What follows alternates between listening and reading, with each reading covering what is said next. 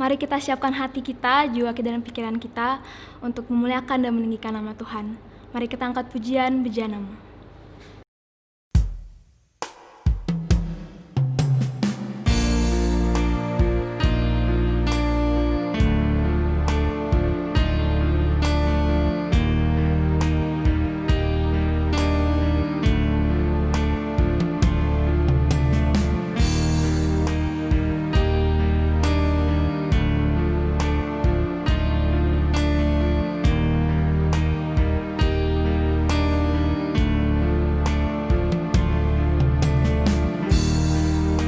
Kekuatan di jiwaku,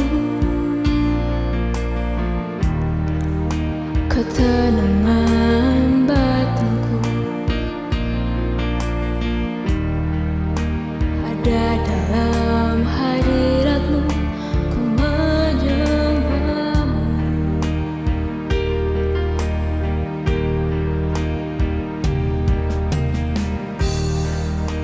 Tersungkur ku di kaki-Mu, rasakan hadirat-Mu.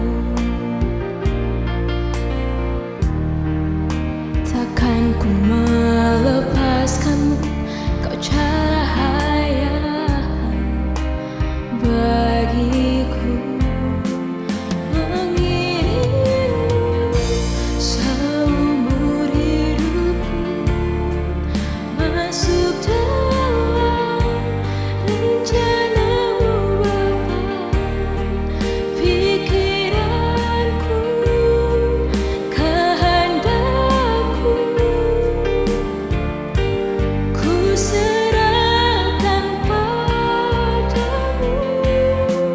Harapanku hanya di dalam-Mu, ku kan teguh bersama-Mu Tuhan. Jadikanku bejana-Mu untuk memuliakan-Mu.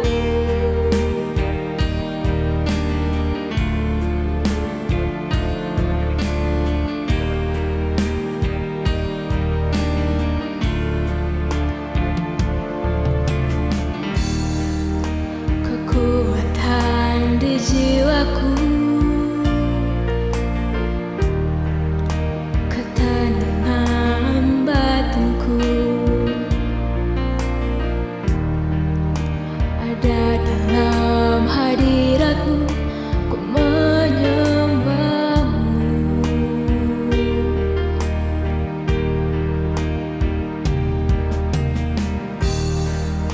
Tersungkur ku di kaki-Mu,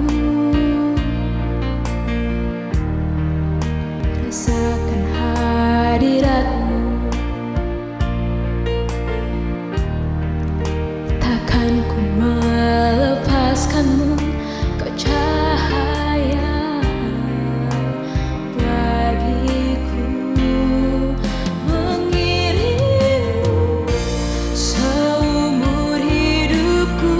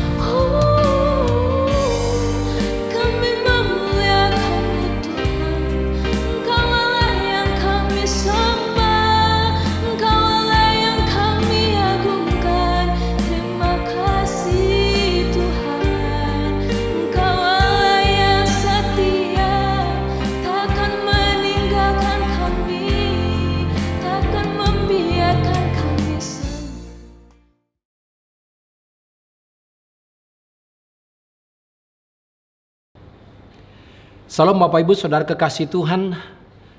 Ketemu lagi dengan saya, kita akan beribadah secara online. Saya percaya bahwa lewat kebenaran firman Tuhan yang saya sampaikan pada hari ini Anda pasti dibangun, boleh dikuatkan, diteguhkan.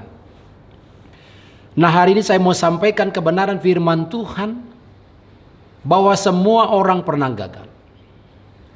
Ada orang pernah sukses. Tetapi hari ini saya mau sampaikan kebenaran firman Tuhan bahwa apa sih sebenarnya kegagalan yang terbesar itu? Mungkin ada orang berkata kegagalan yang terbesar bagi saya Pak, bahwa ketika saya tidak bisa mencapai cita-cita saya. Mungkin Anda berkata begitu. Atau mungkin juga Anda berkata bahwa saya gagal Pak. Saya nggak bisa lagi berhubungan dengan orang itu, tadinya kami sudah menjalin cinta. Tapi gagal Pak. Mungkin Anda begitu. Atau mungkin juga Anda sebagai petani atau Anda menanam tanaman tetapi Anda gagal panen. Itu juga gagal namanya. Atau juga mungkin ketika Anda mau bepergian ke satu tempat, lalu Anda tidak bisa pergi. Misalnya Anda mau pergi ke Bali misalnya. Anda pergi ke Semarang, ke Jogja, ke Surabaya. Nggak bisa gara-gara pandemi, gagal juga namanya. Tetapi hari ini saya mau sampaikan kebenaran firman Tuhan. Sebenarnya kegagalan yang terbesar yang dihadapi oleh seseorang adalah, kita bisa melihat di dalam Yeremia pasal yang ke-17 ayat 23. Namun mereka tidak mau mendengarkan dan tidak mau memperhatikannya, melainkan mereka berkeras kepala sehingga tidak mau mendengarkan dan tidak mau menerima teguran. Inilah kegagalan terbesar di hari-hari ini. Jadi kalau dalam Yeremia 17 ayat 23 ini ada beberapa poin yang saya sampaikan kegagalan seseorang. Yang pertama adalah tidak mau mendengar. Anda bisa bayangkan, Tuhan berkata A, udah gak mau dengar. Tuhan bilang kamu bersabar, gak mau dengar. Tuhan berkata kamu harus melakukan A, B, dan C, tidak mau mendengar. Atau bahkan mungkin ada orang lain ngomongin udah gak mau dengar. Nah, inilah kegagalan yang sesungguhnya. Jadi hari ini saya mau sampaikan kebenaran firman Tuhan. Jadi kegagalan yang terbesar sebenarnya yang pertama dari Yeremia 17 ayat yang ke-23 ini adalah ketika Anda sudah tidak mau didengar, tidak mau mendengar lagi, tidak mau mendengar. Orang lain ngomong apa, nggak mau dengar. Tuhan mau ngomong apa, nggak mau dengar. Misalnya contoh, kalau ada orang yang misalnya sakit diabetes misalnya. Lalu keluarga bilang kamu jangan minum yang manis-manis. Jangan makan yang manis-manis. Nggak mau dengar, tak. Inilah kegagalan terbesar. Nah kalau dia udah misalnya udah sakit begitu, siapapun gak mau dengar dia. Orang mau ngomong apapun gak didengar sama dia. Nah inilah kegagalan besar. Jadi kekasih Tuhan, Bapak Ibu Saudara kekasih Tuhan, saya mau sampaikan hari ini. Jadi belajarlah mendengar. Sekalipun mungkin Anda tidak bisa menerima apa yang orang lain katakan, tetapi paling tidak Anda bisa mendengar. Lihat wajah orang yang Anda ngomong, lalu pasang telinga Anda, supaya Anda apa? Tidak gagal.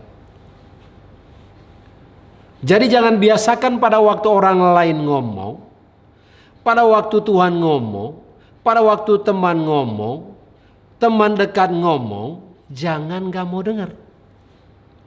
Karena pada waktu Anda gak mau dengar itu merupakan satu kegagalan yang dahsyat, kegagalan yang besar.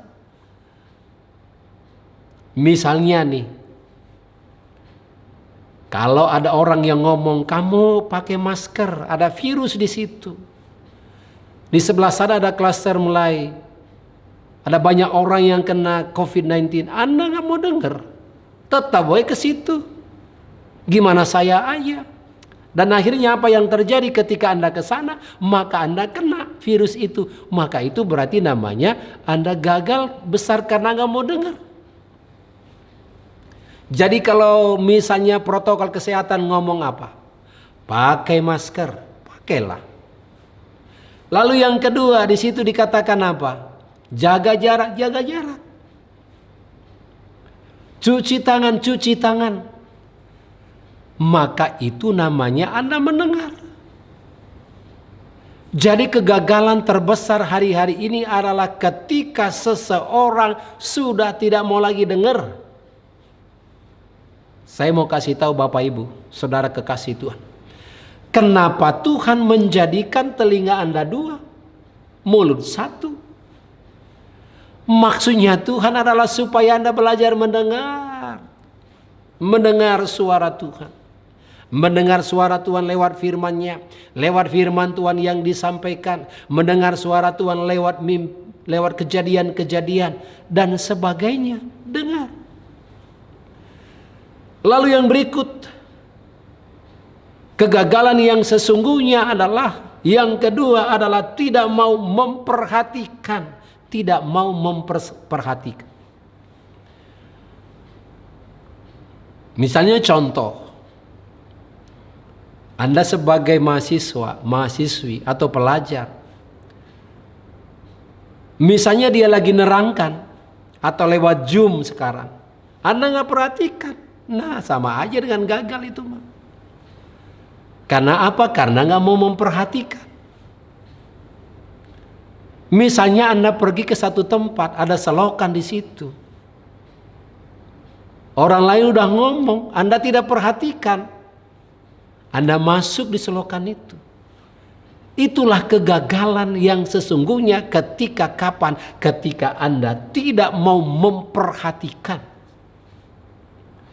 Jadi hari ini kekasih Tuhan, belajarlah. Anda memperhatikan. Kalau ada orang lain yang ngomong, perhatikan. Simak baik-baik. Nah, kadang-kadang ketika ada orang lain ngomong sama Anda, tidak diperhatikan. Orang lain ngomong apa, pikiran Anda kemana, tidak diperhatikan. Misalnya contoh, ada beberapa waktu yang lalu yang lucu, tapi ya memang benar-benar itu kejadian gitu. Kejadian nyata gitu. Nah, itu ada orang yang suka narokan yang namanya air aki itu di botol aqua seperti itu. Lalu satu lagi memang ada juga air. Nah, temannya bilang ini air aki ya. Nah, ini air aqua. Nggak perhatikan. Saking sibuknya gitu. Saking sibuknya nggak perhatikan. Mungkin sekarang ini mungkin sibuk yang dibuat-buat. Misalnya contohnya apa? Gadget gitu kan. Balas-balas WA. Wah udah pokoknya nggak perhatiin. Padahal temannya udah bilang, nah ini air aki. Nah ini baru aqua. Gara-gara tidak diperhatikan, nah ini minum nih air aki. Itulah namanya kegagalan terbesar. Karena apa? Karena tidak memperhatikan. Jadi hari ini saya mau sampaikan Bapak Ibu Saudara kekasih Tuhan. Apalagi di masa pandemi ini, mari pasanglah telinga baik-baik. Perhatikan apa yang dikatakan oleh protokol kesehatan. Lalu pelajari, jangan anggap sepi. Apa yang dikatakan oleh pemerintah, apa yang dikatakan oleh protokol kesehatan, harus mengikutinya. Jangan tidak diperhatikan. Dan ketika Anda tidak memperhatikannya, maka itulah terjadi kegagalan besar. Lalu yang berikut, kegagalan besar yang sesungguhnya yang ketiga dari ayat ini yang saya dapatkan adalah tidak mau menerima teguran, tidak mau menerima teguran. Nah, saya ingat beberapa waktu yang lalu ada orang tua yang negur anaknya masih remaja, jangan minum minuman keras. Nanti perut kamu sakit, lever kamu sakit. Nggak pernah mau didengar. Malah orang tuanya dimarahin sama dia. Apa urusan mama? Badan-badan saya, jantung-jantung saya, lever-lever saya, usus-usus saya. Dan apa yang terjadi? Karena mamanya udah ngomong berulang-ulang, berbulan-bulan, bertahun-tahun. Dan apa yang terjadi? Benar kenyataan kejadian sakit. Waktu dicek, levernya, ususnya udah rusak. Hanya gara-gara apa? Gara-gara nggak mau nerima teguran. Udah dikasih tahu, ditegur nggak mau. Nah, jadi saya sampaikan Bapak Ibu Saudara kekasih Tuhan, jangan sampai kita menerima kegagalan yang sangat besar ketika kita tidak mau menerima teguran. Saya ulangi firman Tuhan dalam Yeremia 17 ayat 23 ini. Namun mereka tidak mau mendengarkan dan tidak mau memperhatikannya, melainkan mereka berkeras kepala, sehingga tidak mau mendengarkan dan tidak mau menerima teguran. Maka itulah yang membuat orang masuk dalam kegagalan besar. Jadi Bapak Ibu Saudara kekasih Tuhan, jadi 3 hal yang saya sampaikan dari Yeremia 17:23 ini. Yang pertama, jangan sampai Anda tidak mau mendengar lagi. Belajar mendengar. Yang kedua, jangan sampai Anda tidak mau memperhatikan. Belajarlah memperhatikan. Lalu yang ketiga, tidak mau menerima teguran. Belajarlah menerima teguran. Sekalipun memang teguran itu tidak mengenakan. Nggak usah yang besar aja. Waktu Anda ditegur hal yang sepele. Kalau naruh sampah jangan di sini ya. Taruhnya di tong sampah. Malah Anda tidak mau nerima. Masa saya ditegur begitu aja? Nah, kalau Anda sudah tidak mau lagi ditegur, itu mulai masuk kegagalan besar dalam hidup Anda. Jadi saya berharap kebenaran firman Tuhan ini boleh menolong saudara, apalagi firman Tuhan berbicara kepada Anda dengan jelas. Kalau Tuhan berbicara bahwa jangan kamu berbuat dosa lagi. Ketika Anda mendengar kebenaran firman Tuhan, jangan berbuat dosa lagi. Mari mulai tinggalkan dosa itu. Lalu Anda mungkin berkata, bagaimana Pak caranya ini? Saya mau mendengarkan firman Tuhan. Mungkin Anda berkata, Pak, dosa saya sudah terlalu banyak. Nih, kalau kita lihat di dalam 1 Yohanes 1 ayat yang ke-9, firman Tuhan katakan apa? Jika kita mengaku dosa kita, maka Ia adalah setia dan adil sehingga Dia akan mengampuni segala dosa kita dan menyucikan kita dari segala kejahatan. Ketika Anda mendengar firman ini lalu Anda melakukannya, supaya Anda jauh dari kegagalan besar. Akui dosa. Kalau Anda mengaku, segala dosa disucikan. Kalau Anda tidak mengaku, bagaimana Tuhan menyucikan Anda? Kalau Anda tidak mengaku, tapi firman Tuhan katakan ketika Anda mengaku, maka Tuhan sucikan. Lalu kalau Tuhan bilang berdoa dengan sungguh-sungguh, dalam Yakobus 5 ayat 17, Elia adalah manusia biasa, sama seperti kita. Tetapi dia telah bersungguh-sungguh berdoa, maka mujizat terjadi. Hujan pun tidak turun.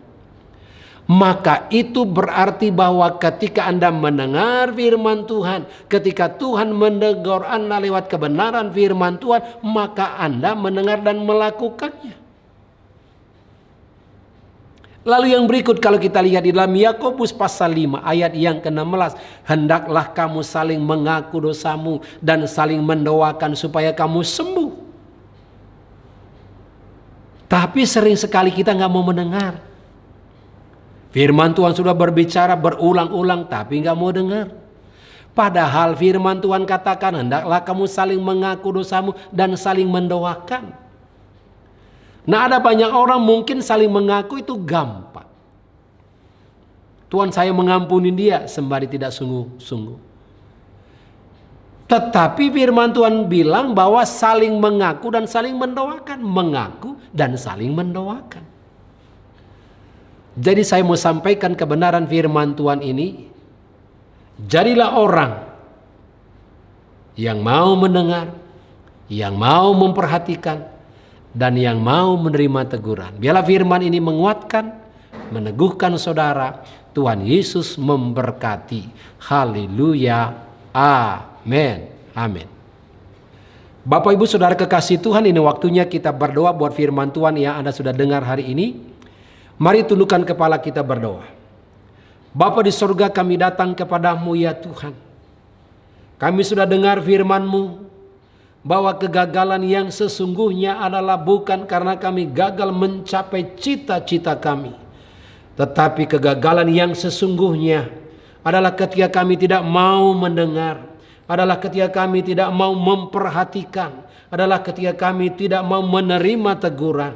Hari ini kami berdoa ya Tuhan, biarlah setiap umat-Mu hari ini Tuhan mau mendengarkan orang lain atau mendengarkan firman Tuhan, mau memperhatikan firman-Mu, bahkan mereka Tuhan menerima teguran dari Tuhan atau mungkin juga dari orang lain. Biarlah firman-Mu tidak kembali dengan sia-sia, tetapi firman-Mu berakar, bertumbuh dan berbuah lebat. Terima kasih Bapa di sorga, di dalam nama Tuhan Yesus kami berdoa dan mengucap syukur. Haleluya. Amin. Amin. Kita sudah mendengarkan kebenaran firman Tuhan. Kiranya kebenaran firman Tuhan boleh menguatkan, meneguhkan kita semua. Amin.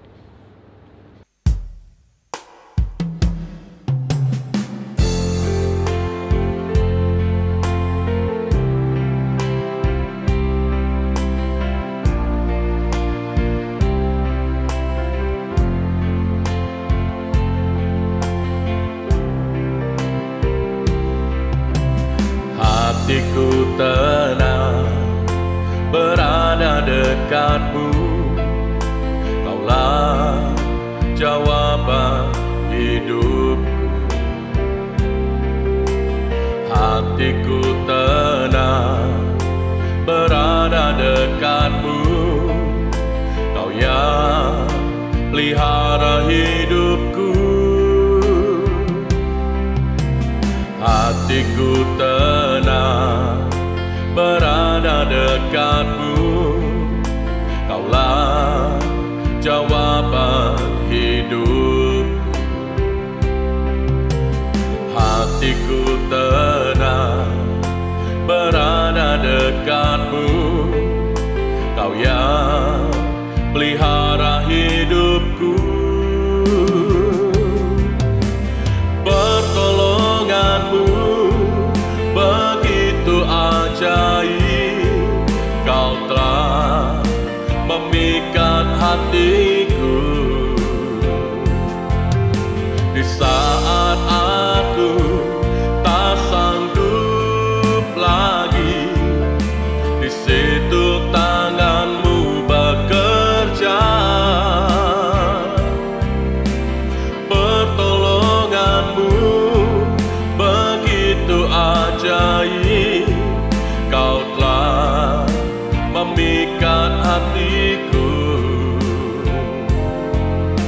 Kini mataku tertuju padamu, ku rasakan kasih-Mu Tuhan.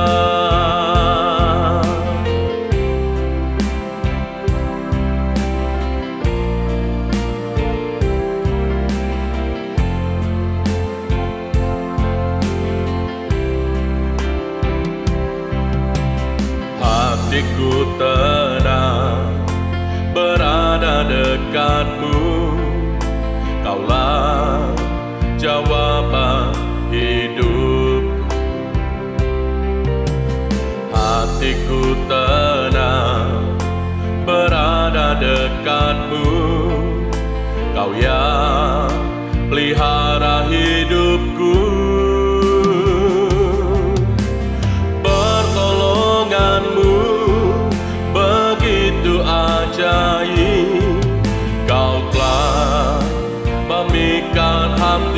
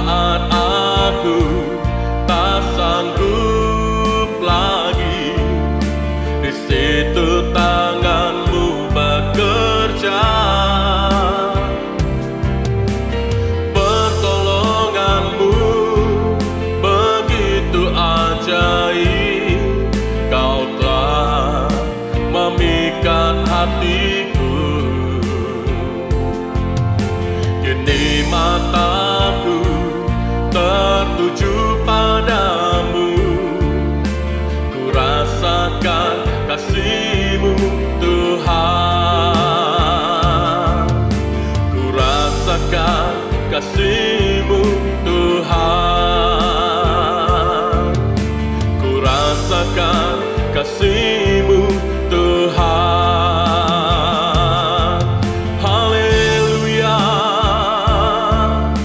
haleluya, pertolongan-Mu Tuhan begitu ajaib.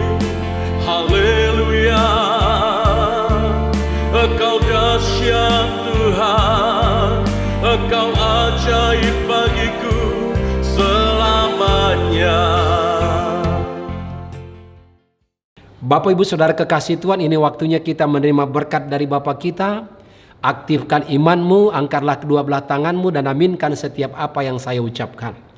Diberkatilah keluargamu, diberkatilah kesehatanmu, diberkatilah pelayananmu, diberkatilah pekerjaanmu, diberkatilah usahamu mulai dari sekarang sampai selama-lamanya. Biarlah kiranya damai sejahtera dari Allah Bapa dan dari Tuhan Yesus Kristus yang sudah rela berkorban, dan Roh Kudus yang setia menghibur, menguatkan, meneguhkan saudara dari hari ini sampai selama-lamanya, sampai Yesus datang yang kedua kali. Semua yang percaya katakan amin.